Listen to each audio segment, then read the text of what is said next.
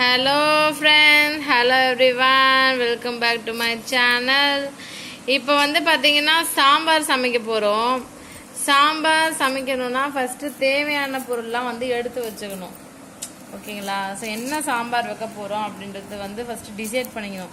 சாம்பார்ல நிறைய வெரைட்டி சாம்பார் இருக்கு. கத்திரிக்காய் சாம்பார், கத்திரிக்காய் முருங்கைக்காய் போட்ட சாம்பார், வெண்டைக்காய் சாம்பார், இப்படி ஏகப்பட்ட சாம்பார் இருக்கு. மாங்காய் போட்ட சாம்பார் இப்படிலாம் இருக்கு. இப்போ வந்து பார்த்தீங்கன்னா மாங்காய் சீசன் கிடையாது. ஸோ நாங்கள் மாங்காய் போட்டு வைக்கிறது இல்லை. இப்போ வந்து நார்மலாக வந்து பார்த்தீங்கன்னா சாம்பார்னாலே முருங்கைக்காய் கத்திரிக்காய் போட்டு செய்வாங்க இல்லையா? ஸோ அது மாதிரி ஒரு சாம்பார் தான் சமைக்க போகிறோம். அதுக்கு ஃபஸ்ட்டு வந்து பார்த்தீங்கன்னா வெங்காயத்தை நல்லா அரிஞ்சு அழகாக ஒரு பொடி பண்ணி வச்சுக்கணும். எப்பவுமே சமையல்னாலே வெங்காயம் இல்லாமல் கிடையாது. வெங்காயம் தக்காளின்றது ஒரு பேசிக்கான விஷயம் எல்லா குழம்புக்கும். இப்போ நம்ம சாம்பார் சமைக்க போகிறோம். சவுத் இந்தியன் டிஷ்ஷில் வந்து பார்த்தீங்கன்னா சாம்பார் வந்து பார்த்தீங்கன்னா வந்து ஒரு அற்புதமான ஒரு ஃபேமஸான ஒரு குழம்பு. எல்லா ஃபங்க்ஷன்லேயுமே சாம்பார் டெஃபினட்டாக இருக்கும். சாம்பார் வந்து பிடிக்கலன்னு சொல்லவே மாட்டாங்க. எப்பேற்பட்ட ஒரு விசேஷத்துலையும் வந்து பார்த்தீங்கன்னா சாம்பார் சாம்பார் சாம்பார்ன்ட்டு போவாங்க. சாம்பார் வந்து பார்த்தீங்கன்னா ஒரு காமனான ஒரு விஷயம். மோஸ்ட்லி வெஜிடேரியனாக இருக்கிறாங்கன்னா கூட சாம்பார் சாதம்னா ரொம்ப ரொம்ப பிடிக்கும். ஸோ சாம்பாருக்கு தான் இன்றைக்கி செய்ய போகிற ஒரு ரெசிபி. ஸோ அதை செய்யறதுக்கு ஃபர்ஸ்ட்டு நான் சொன்ன மாதிரி ஆனியனை நல்லா கட் பண்ணி வச்சுக்கணும். நெக்ஸ்ட் வந்து பார்த்திங்கன்னா நம்ம வந்து வெண்டைக்காய் சாம்பார் போடுற மாதிரி தான் வெண்டைக்காவை வந்து நம்ம ரெடி பண்ணி வச்சுக்கணும். பட் நான் சொன்ன மாதிரி இது என்ன சாம்பார் அப்படின்னு பார்த்தீங்கன்னா கத்திரிக்காய் முருங்கைக்காய் போட்ட சாம்பார். ஸோ அதனால் இது ரெண்டுத்தையும் மட்டும் நாங்கள் வந்து என்ன பண்ணுறோம், கட் பண்ணி வச்சுக்கிறோம். ஆனால் அதை வந்து தண்ணியில் தான் போடணும் ஃப்ரெண்ட்ஸ். ஓகேங்களா? இந்த கத்திரிக்காய் இருக்கட்டும் முருங்கைக்காய் இருக்கட்டும் கட் பண்ணி வந்து பார்த்தீங்கன்னா தண்ணியில் தான் போடணும். ஸோ ஒரு பாத்திரத்தில் தண்ணியை ஊற்றிட்டு அதில் தான் வந்து பார்த்தீங்கன்னா கட் பண்ணி கத்திரிக்காவை எப்படி கட் பண்ணுறோன்னு பார்த்துக்கோங்க. சாம்பாருக்குலாம் இப்படி தான் கட் பண்ணணும். ஓகேங்களா? காரக்குழம்புக்கு வேறு மாதிரி நீட்டாக கூட கட் பண்ணுவாங்க. சாம்பாருக்குன்னும் போதே இது மாதிரி தான் கட் பண்ணணும். அந்த பீஸ் எப்படி போடுறாங்கன்னு பார்த்துக்கோங்க. ஸோ இது மாதிரி தான் கத்திரிக்காவை நாம் வந்து கட் பண்ணி அந்த தண்ணியில் போடணும். தண்ணியில் எதுக்காக போடுறோம், இது எல்லாருமே ஒரு கேட்கக்கூடிய ஒரு காமன் கொஷின்னா, அதில் போட்டால் தான் அந்த கலர் வந்து மாறாது. இப்போ கட் பண்ணும்போது பாருங்கள் ஒரு ஃப்ரெஷ் கலரில் இருக்கா, ஒரு ஃப்ரெஷ்ஷாக. இது நீங்கள் அப்படியே தண்ணியில் போடாமல் வச்சுட்டே இருந்தீங்கன்னா அது வேறு மாதிரி ஒரு கலர் மாறிடும். அது குழம்புக்கும் அவ்வளோ சுவை கொடுக்காது. அதனால நம்ம என்ன பண்ணணும்னா இந்த கத்திரிக்காவை அந்த காம்பெல்லாம் கட் பண்ணி போட்டுட்டு, புரியுதுங்களா, உள்ள ரெண்டாவது வந்து ரொம்ப கேர்ஃபுல்லாக வந்து கட் பண்ணணும் இந்த கத்திரிக்காவை. ஏன்னா பூச்சி கிச்சி இருந்தால் தூக்கி போட்டுடணும். அதோட போட்டால் வந்து சாம்பார் வந்து நல்லா இருக்காது. ஓகேங்களா? ஸோ வந்து பூச்சி கிச்சி இல்லையான்னு செக் பண்ணிவிட்டு அந்த காம்பெல்லாம் கட் பண்ணிவிட்டு சின்ன பீஸாக கட் பண்ணி அதை என்ன பண்ணுறோன்னா அந்த தண்ணியில் போட்டு வச்சுக்கணும். பார்த்துக்கோங்க. இந்த வீடியோ நீங்கள் நல்லா பார்த்துட்டே இருந்தீங்கனாலே உங்களுக்கு சாம்பார் செய்யுது எப்படின்னு சொல்லிட்டு உங்களுக்கு தெரிஞ்சிடும். இதுவே வந்து பார்த்தீங்கன்னா சில பேர் வந்து சாம்பார் என்னென்ன போடுவாங்கன்னா கேரட்டும் போடுவாங்க, பீன்ஸும் போடுவாங்க, மாங்காவும் போடுவாங்க. ஓகேங்களா? அது அவங்கவுங்களோட விருப்பம். அவங்களுக்கு என்ன மாதிரி சாம்பார் என்ன செய்ய போகிறாங்களோ அவங்க டேஸ்ட்டுக்கு ஏற்ற மாதிரி அவங்க எல்லா இன்க்ரீடியன்ஸும் ஆட் பண்ணிக்கலாம். இன்றைக்கி சிம்பிளான ஒரு சாம்பார் ரெசிபி தான் நாங்கள் வந்து செஞ்சு காமிக்க போகிறோம். ஸோ இதில் கத்திரிக்காய் முருங்கைக்காய் தான் போட்டிருக்கோம். ஓகேங்களா? இது இல்லாமல் என்னென்ன போடலாம் அப்படின்னு பார்த்தீங்கன்னா மாங்காய், ஆல்ரெடி நான் சொன்ன மாதிரி கேரட்டு, பீன்ஸ் இதெல்லாம் கூட போடலாம். இன்னும் பார்த்தீங்கன்னா வெண்டைக்காய் சாம்பார் செய்கிற மாதிரி இருந்தால் வெண்டைக்காவை போடுவாங்க. ஓகேவா ஃப்ரெண்ட்ஸ்? இப்போ வந்து நார்மல் சாம்பார். இந்த சாம்பார் வந்து எல்லா இடத்துலையும் கிடைக்கக்கூடிய ஒரு சாம்பார். லைக் வந்து ஒரு விசேஷ நாட்களில் ஏதாச்சும் ஃபங்க்ஷனில் பார்த்தீங்கன்னா செய்யக்கூடிய ஒரு சாம்பார் தான். இப்போ நம்ம வந்து கத்திரிக்காய் முருங்கைக்காய் சாம்பார் தான் இப்போ நம்ம சமைச்சு காமிக்க போகிறோம். இது வந்து பார்த்தீங்கன்னா சாம்பார்னாலே வந்து பார்த்தீங்கன்னா பருப்பை வந்து நல்லா வேக வச்சு மசிச்சு வச்சுக்கணும். இது என்ன பருப்புன்னு பார்த்தீங்கன்னா, ஓகேங்களா, சாம்பார்னாலே துவரம் பருப்பு தான் ரொம்ப ரொம்ப இம்பார்ட்டண்ட்டு. ஸோ அதை வந்து என்ன பண்ணணும் அப்படின்னு பார்த்தீங்கன்னா ஒரு குக்கர்லேயோ இல்லை வேறு ஏதாச்சும் ஒரு பாத்திரத்துலேயோ நீங்கள் எப்பவுமே வேக வைப்பீங்க இல்லை, உங்களுக்கு வேக வைக்க தெரியும் இல்லையா, கல் சட்டியில் கூட. அது வந்து எதுலேயும் உங்களுக்கு வந்து நீங்கள் உங்களுக்கு எது வாட்டமோ உங்களுக்கு எது கம்ஃபர்டபுளோ அதில் என்ன பண்ணுங்கள், பருப்பை வந்து பார்த்தீங்கன்னா நல்லா தண்ணியை ஊற்றி நல்லா வேக வச்சுக்கணும் அடுப்பில். அப்போ நல்லா அது கொஞ்சம் நேரம் கழிச்சு வெந்துடும் இல்லையா. அதுக்கப்புறமா அதை ஆஃப் பண்ணி இறக்கிட்டு நல்லா கடைஞ்சிட்டு நல்லா தண்ணி ஊற்றி நல்லா கடைஞ்சி ரெடி பண்ணி வச்சுக்கிறோம். ஓகேங்களா? இது என்ன பருப்புனா துவரம் பருப்பு. சாம்பார்னாலே துவரம் பருப்பு தான் யூஸ் பண்ணணும். அப்போ தான் சாம்பார் நல்லா டேஸ்ட்டாக இருக்கும் ஃப்ரெண்ட்ஸ். இதை நீங்கள் நல்லா வாட்ச் பண்ணிட்டே இருங்க. நீங்களும் சமைக்கலாம் ஓகேங்களா. இதை வந்து லேடிஸ் தான் சமைக்கணும்னு கிடையாது. இதை பார்க்குற ஜென்ஸாக இருந்தால் கூட இதை பார்த்தா அப்படியே உங்கள் வீட்டில் சமைச்சு உங்கள் வீட்டில் இருக்கவங்ககிட்டலாம் ஒரு நாள் சமைச்சு போட்டு அசத்திடுங்க. பாருங்கள், அவங்க அப்படியே சர்ப்ரைஸ் ஆகிடுவாங்க. அப்புறம் நிறைய பேர் கேட்குறாங்க சாம்பாரில் புளி ஊற்றணுமா அப்படின்னு சொல்லிட்டு. கண்டிப்பாக கொஞ்சம் புளியை சேர்க்கணும். அப்போ தான் வந்து பார்த்திங்கன்னா அது நல்லா ஒரு டேஸ்ட் கொடுக்கும், கெட்டும் போகாது ஓகேங்களா. ஸோ புளிப்புன்றது ஒரு டேஸ்ட்டு தான். நம்ம என்னதான் சாம்பார் சாதம் செய்யறதா இருந்தாலும் கொஞ்சம் புளிப்புன்றது நம்ம வந்து இன்க்ளூட் பண்ணணும். ஸோ இதுவும் வந்து பார்த்தீங்கன்னா ஒரு இன்க்ரீடியன்ட். எவ்வளோ புளி லைட்டாக எடுத்துக்கோம் பாருங்கள். இது சாம்பார் இல்லையா, ஸோ அதனால் லைட்டாக தான் அந்த புளியை வந்து ரெடி பண்ணி வச்சுருக்கோம். இது எப்படி சமைக்கிறோன்னு காமிக்கிறோம் பாருங்கள். நிறைய பேர் இந்த புளியை வந்து என்ன பண்ணுவோம் அப்படின்னு சொல்லிட்டு ஒரு டவுட் இருக்கும் இல்லையா. லைட்டாக கொஞ்சம் தண்ணியில் கொஞ்சோண்டு புளியை வந்து போட்டு வச்சுருக்கோம். அது கொஞ்சம் நேரம் ஊறட்டும். ஊறினதுக்கப்புறம் என்ன பண்ணுவோன்னா அதை நல்லா இருத்துட்டு நல்லா புழிஞ்சு இருத்துட்டு அந்த புளிச்சாரை மட்டும்தான் நம்ம இந்த சாம்பாரில் வந்து இன்க்ளூட் பண்ண போகிறோம். அதை எப்படி சமைக்க போகிறோன்னு பாருங்கள். ஒரு முழு தக்காளியும் வந்து பார்த்தீங்கன்னா அங்கே வந்து போட்டு வச்சுருக்கோம் பாருங்கள். ஆல்ரெடி வந்து இந்த முருங்காவும் கத்திரிக்காவையும் வந்து இந்த கிண்ணத்தில் வந்து பார்த்தீங்கன்னா நம்ம தண்ணியில் போட்டிருக்கோம் இல்லையா, அதே மாதிரி ஒரு முழு தக்காளியும் போட்டு வச்சுருக்கோம். ஸோ இதெல்லாம் தேவையான ஒரு இன்க்ரீடியன்ஸ் ரெடி பண்ணி வச்சுருக்கோம். இங்கே பார்த்தீங்கன்னா துவரம் பருப்பை நல்லா வேக வச்சு அதை மசிய வச்சு நல்லா தண்ணி ஊற்றி ரெடி பண்ணி வச்சுருக்கோம். சில பேர் என்ன பண்ணுவாங்கன்னா இன்னும் நல்லா மையம் மசினா கல்சட்டில் கூட போட்டு நல்லா நல்லா வந்து அரைச்சி வச்சுக்கலாம். இது வந்து நார்மலாக மத்தால கூட நல்லா மையாக அரைச்சி வச்சுக்கலாம். அதை வந்து என்ன பண்ணுறோம், ஒரு பிளேட்டில் ட்ரான்ஸ்ஃபார்ம் பண்ணிடுறோம். நல்லா பார்த்தீங்களா, அந்த துவரம் பருப்பை வந்து வேக வச்சு நல்லா வந்து இது பண்ணி வச்சுருக்கோம் தண்ணியை ஊற்றி. இது என்ன பருப்புனா துவரம் பருப்பு. ஏன்னா நிறைய பேருக்கு இந்த டவுட் இருக்குது ஃப்ரெண்ட்ஸ், எந்த பருப்பு போட்டு சாம்பார் வைக்கிறது அப்படின்னு சொல்லிட்டு நல்லா ஞாபகம் வச்சுக்கோங்க. துவரம் பருப்பு. சில பேர் என்ன பண்ணுறாங்க அப்படின்னா சாம்பார்னு வரும்போது சிறு பருப்பு கூட வச்சு சாம்பார் வந்து சமைக்கிறாங்க. அது அவங்களுடைய டேஸ்ட் ஃப்ரெண்ட்ஸ் ஓகேங்களா. இந்த பருப்பு தான் போடணுமா கட்டாயமா அப்படின்லாம் கிடையாது. சிறு பருப்பு சாம்பாரும் நிறைய பேர் யூஸ் பண்ணுறாங்க, சமைக்கிறாங்க, சாப்பிட்றாங்க. அதுவும் ஆரோக்கியத்துக்கு நல்லது தான். பட் வந்து இது ரொம்ப ஃபேமஸான ஒரு இன்க்ரீடியன்ட் துவரம் பருப்புன்றது. இது வந்து பார்த்திங்கன்னா சவுத் இந்தியாவிலேயே வந்து பார்த்திங்கன்னா எங்கே யாரை கேட்டாலும் துவரம் பருப்பு போட்டு சாம்பார் அப்படின்னு தான் வந்து ஒரு ஃபேமஸான ஒரு இன்க்ரீடியன்ட். இதை யூஸ் பண்ணுறது கொஞ்சம் ஃபேமஸாக யூஸ் பண்ணுவாங்க. இப்போ வந்து பார்த்தீங்கன்னா ஆல்ரெடி வந்து நம்ம இந்த புளி கரைச்சல் நான் சொன்னால் பார்த்தீங்களா, கொஞ்சோண்டு ஒரு புளியை வந்து தண்ணி ஊற்றி வச்சுருந்தோம் இல்லையா, அதை வந்து நம்ம வடிகட்டுறோம் பார்த்துக்கோங்க. கொஞ்சம் புளிப்பு என்றைக்குமே ஒரு சுவை கொடுக்கும். சாம்பாராக இருந்தாலும் அதில் கொஞ்சம் புளிப்பு மிக மிக அவசியம். பார்த்துக்கோங்க. எடுத்து வச்சுருந்தோம் இல்லையா, அந்த புளியை நல்லா கரைச்சி அதை வந்து வடிகட்டி அதில் விட்டாச்சு.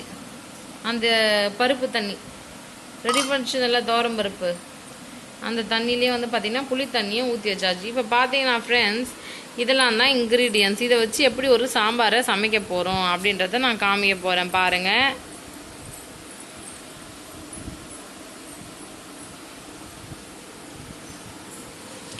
சமையல் அப்படின்னும் போதே நம்ம ஒரு ஆர்வம் வந்து கண்டிப்பாக இருக்கணும். அப்போ தான் நம்மளால் சமைக்க முடியும். நம்ம சமைக்கணும் அப்படின்னு ஒரு நமக்கும் ஒரு ஓன் இன்ட்ரெஸ்ட் இருக்கணும் இல்லையா, அப்போ தான் சமைக்க முடியும். ஸோ அதனால் யாருக்குன்னா இது மாதிரி சமையலை இன்ட்ரெஸ்ட்னா இந்த சேனலை உடனே சப்ஸ்கிரைப் பண்ணிவிடுங்க. இந்த சேனலில் நாங்கள் சமையலை பற்றின இன்ஃபர்மேஷன்ஸும் அடிக்கடி கொடுத்துட்டு தான் இருக்கோம். ஸோ வந்து உங்களுக்கு ரொம்ப இன்ஃபர்மேஷன்ஸ்லாம் நிறைய வந்து உங்களுக்கு கிடைக்கும். New informations, new ideas, new different கான்செப்ட்ஸை பற்றி இந்த சேனலில் நாங்கள் வந்து கொடுத்துட்ருக்கோம். ஸோ ஃப்ரெண்ட்ஸ் நியூவாக இந்த சேனலில் ஃபர்ஸ்ட் டைமாக பார்க்குற மாதிரி இருந்தீங்கன்னா நீங்கள் உடனே இந்த சேனலை சப்ஸ்கிரைப் பண்ணிவிடுங்க. நீங்கள் ஏதாச்சும் சொல்லணும்னு நினச்சிங்கன்னா கமெண்ட் செக்ஷனில் கமெண்ட் பண்ணுங்கள் ஃப்ரெண்ட்ஸ். இப்போ பார்த்தீங்கன்னா கிச்சனில் கேஸ் ஸ்டவ்வில் கேஸை ஆன் பண்ணி வச்சாச்சு. ஸோ அது மேலே குக்கர் வந்து நம்ம வைக்கிறோம். ஸோ சாம்பாரை எதில் ரெடி பண்ண போகிறோன்னா குக்கரில் ரெடி பண்ண போகிறோம். நல்லா பார்த்துட்டே இருங்க. இது நீங்கள் பார்த்தீங்கனாலே நீங்களும் உங்கள் வீட்டில் சூப்பராக சாம்பார் ரெடி பண்ணிடலாம். இது வரைக்கும் ஒரு வாட்டி கூட நான் சமைச்சதே இல்லை, சாம்பார் வச்சதே இல்லைனாலும் இதை நீங்கள் பார்த்தீங்கனாலே அதுக்கு தேவையான பொருள் என்னன்னு தெரிஞ்சிருக்கும், அது எப்படி சமைக்கிறதுன்னு நல்லா ஒரு அண்டர்ஸ்டாண்டிங் வந்துட்டுருக்கும். சரி இப்போ பாருங்கள் குக்கரை வச்சாச்சு. ஏன்னா சாம்பார் வந்து குக்கரில் தான் சமைக்க போகிறோம், அதனால் குக்கரை வச்சாச்சு. இப்போ என்ன பண்ண போகிறோம் அப்படின்னு பாருங்கள்.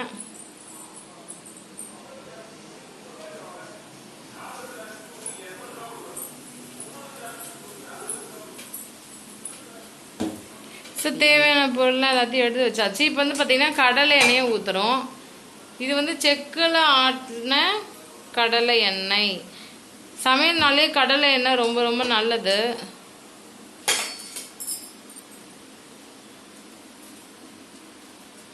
அடுத்து வந்து பார்த்தீங்கன்னா கடுகு போடுறோம். அது எதுக்குன்னா நல்லா பொரிஞ்சு தாளிக்கிறதுக்காக. எல்லா குழம்புலையுமே வந்து பார்த்தீங்கன்னா எண்ணெயை ஊற்றினதுக்கப்புறம் கடுகு போடுறது வந்து ஒரு வழக்கமான ஒரு விஷயம். சாம்பார்லேயும் டெஃபினட்டாக அது மாதிரி பண்ணணும். இப்போ வந்து பார்த்தீங்கன்னா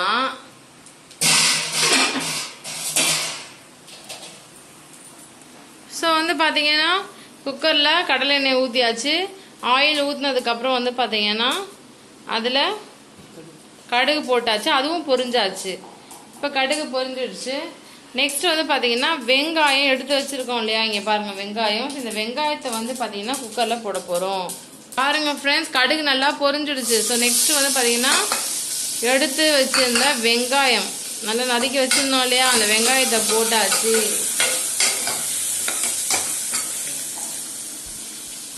ஃப்ரெண்ட்ஸ் வந்து பார்த்தீங்கன்னா வெங்காயம் நல்லா வதங்கிடுச்சு. எப்பவுமே வெங்காயம் வந்து பார்த்தீங்கன்னா நல்லா கோல்டன் கலராக நல்லா வதங்கினதுக்கு அடுத்தது நெக்ஸ்ட் என்ன பண்ணணும் அப்படின்னு பார்த்தீங்கன்னா, இங்கே ஆல்ரெடி நம்ம எடுத்து வச்சுருந்தோம் இல்லையா, இந்த முருங்காவும் கத்திரிக்காவும் அது தண்ணியில் போட்டு வச்சுருந்தோம் இல்லையா, அதை வந்து நம்ம என்ன பண்ணுறோம்னா தண்ணியை விட்டுட்டு நல்லா வெறும்னே அந்த காயை மட்டும் நல்லா அலசி எடுத்து அப்படியே அந்த வெங்காயத்தோட ஆட் பண்ணுறோம்.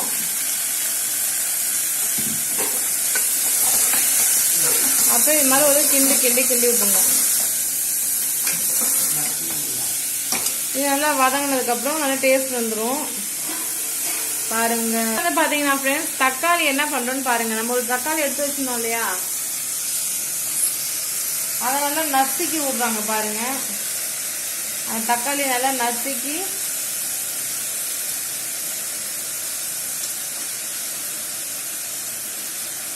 அதான் நசுக்கி போட்டாச்சு ஃப்ரெண்ட்ஸ். ஒரு தக்காளி முழு தக்காளி வச்சுருந்தோம் இல்லையா, நல்லா நசுக்கி போட்டாச்சு. லைட்டாக கொஞ்சம் தண்ணி ஊற்றி விட்டுருக்காங்க. தண்ணி ஊற்றியாச்சு இல்லையா. இப்போ சில்லி பவுடர் வந்து நம்ம இந்த சாம்பார்ல ஆட் பண்ணுறோம்.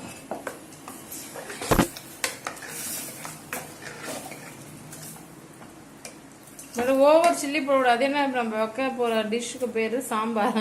ஸோ வந்து நெக்ஸ்ட் வந்து பார்த்தீங்கன்னா கல் உப்பும் கொஞ்சம் ஆட் பண்ணுறோம். ஸோ தேவையான அளவுக்கு கல் உப்பை நம்ம ஆட் பண்ணுறோம். நெக்ஸ்ட் வந்து பார்த்தீங்கன்னா கருவேப்பிலை கொத்தமல்லி. ஸோ அதையும் வந்து போட்டாச்சு.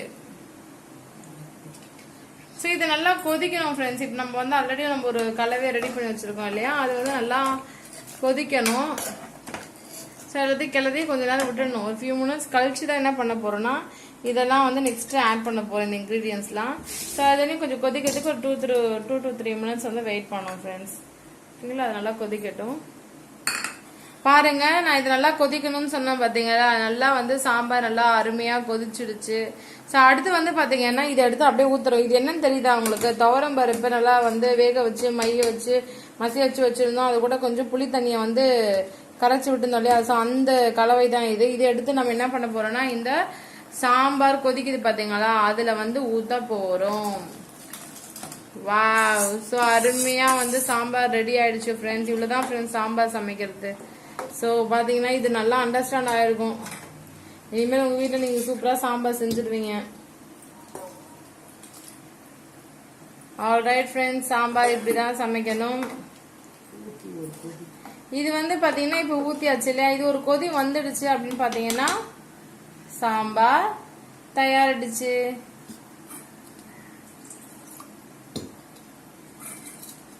ஸோ தேவையான அளவுக்கு தண்ணி கூட இன்னும் கூட கொஞ்சம் மிக்ஸ் பண்ணிக்கலாம். இப்போ பார்த்தீங்கன்னா சாம்பார் ரெடி ஆயிடுச்சு. ஸோ இப்படி தான் ஃப்ரெண்ட்ஸ் சவுத் இந்தியன் ஸ்டைலில் சவுத் இந்தியன் டிஷ்ஷில் ஃபேமஸான சாம்பார் ரெசிபியை இப்படி தான் சமைக்க போகிறோம். சொன்னேன் இல்லையா, சமைச்சாச்சு பாருங்க. அவ்வளோதான் ஃப்ரெண்ட்ஸ். ஃப்ரெண்ட்ஸ் இதில் நிறைய பேருக்கு ஒரு டவுட் வரும், நீங்கள் குக்கரில் வச்சுருக்கீங்களே, நாங்கள் அப்போ குக்கரில் தான் இந்த சாம்பார் வைக்கணுமானா டெஃபினட்டாக அப்படி கிடையவே கிடையாது. நீங்கள் ஏதாச்சும் குண்டானில் கூட வைக்கலாம், வேறு ஏதாச்சும் பாத்திரத்தில் கூட நீங்கள் டெஃபினட்டாக சாம்பாரை ரெடி பண்ணிக்கலாம். நாங்கள் வந்து சும்மா வந்து இந்த பாத்திரத்தை யூஸ் பண்ணியிருக்கோம் சமையலுக்கு.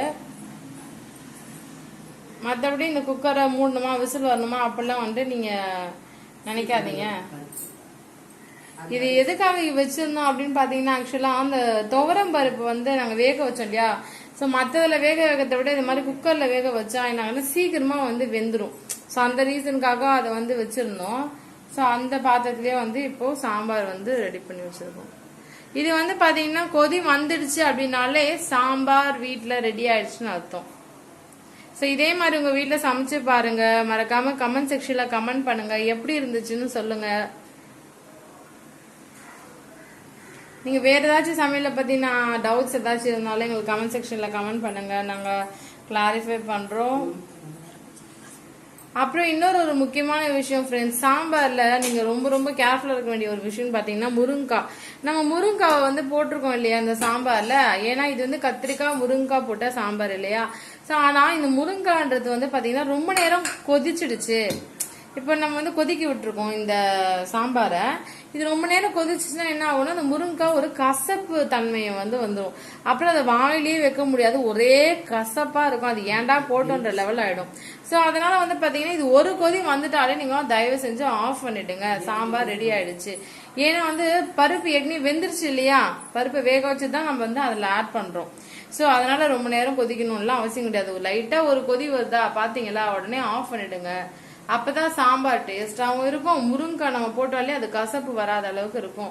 ஸோ கசப்பு வந்துட்டா குழம்பே கொஞ்சம் கசப்பு தன்மை ஆயிடும், அது சாப்பிடவும் முடியாது. அதை கொஞ்சம் ஞாபகமா பாத்துக்கோங்க. முருங்காவை போட்டீங்கன்னா ரொம்ப நேரம் கொதிக்க விட்டுறாதீங்க. ஸோ அவ்வளவுதான் ஃப்ரெண்ட்ஸ், சாம்பார் எப்படி ரெடி பண்றதுன்னு நான் சொல்லி கொடுத்துட்டேன். இதை பார்த்துட்டு நீங்க உங்க வீட்ல டெஃபினட்டா ட்ரை பண்ணுங்க. இந்த வீடியோ உங்களுக்கு ரொம்ப யூஸ்ஃபுல்லா இருக்கும்னு நினைக்கிறேன். இந்த சேனலுக்கு உடனே சப்ஸ்கிரைப் பண்ணிடுங்க. நீங்க ஃபர்ஸ்ட் டைம் பாக்குற மாதிரி உடனே சப்ஸ்கிரைப் பண்ணுங்க. இந்த வீடியோ உங்களுக்கு பிடிச்சிருந்தா லைக் பண்ணுங்க, நிறைய பேருக்கு ஷேர் பண்ணுங்க. ஸோ நிறைய பேர் சாம்பார் வைக்கிறது எப்படின்னு தெரிஞ்சுக்கட்டும். அவங்க வீட்லயே அவங்க சமைச்சு ரொம்ப சூப்பரா ஆசைத்த போறாங்க.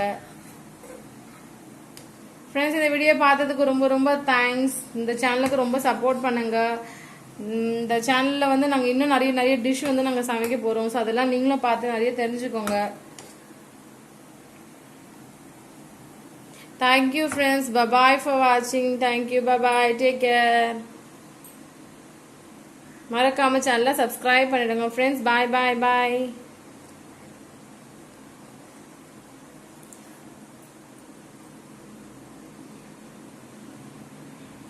அவ்வளவுதான், கொதிச்சிருச்சு பாருங்க சாம்பார். அவ்வளவுதான், சாம்பார் தயாராயிடுச்சு. இப்போ ஆஃப் பண்ண போறோம்.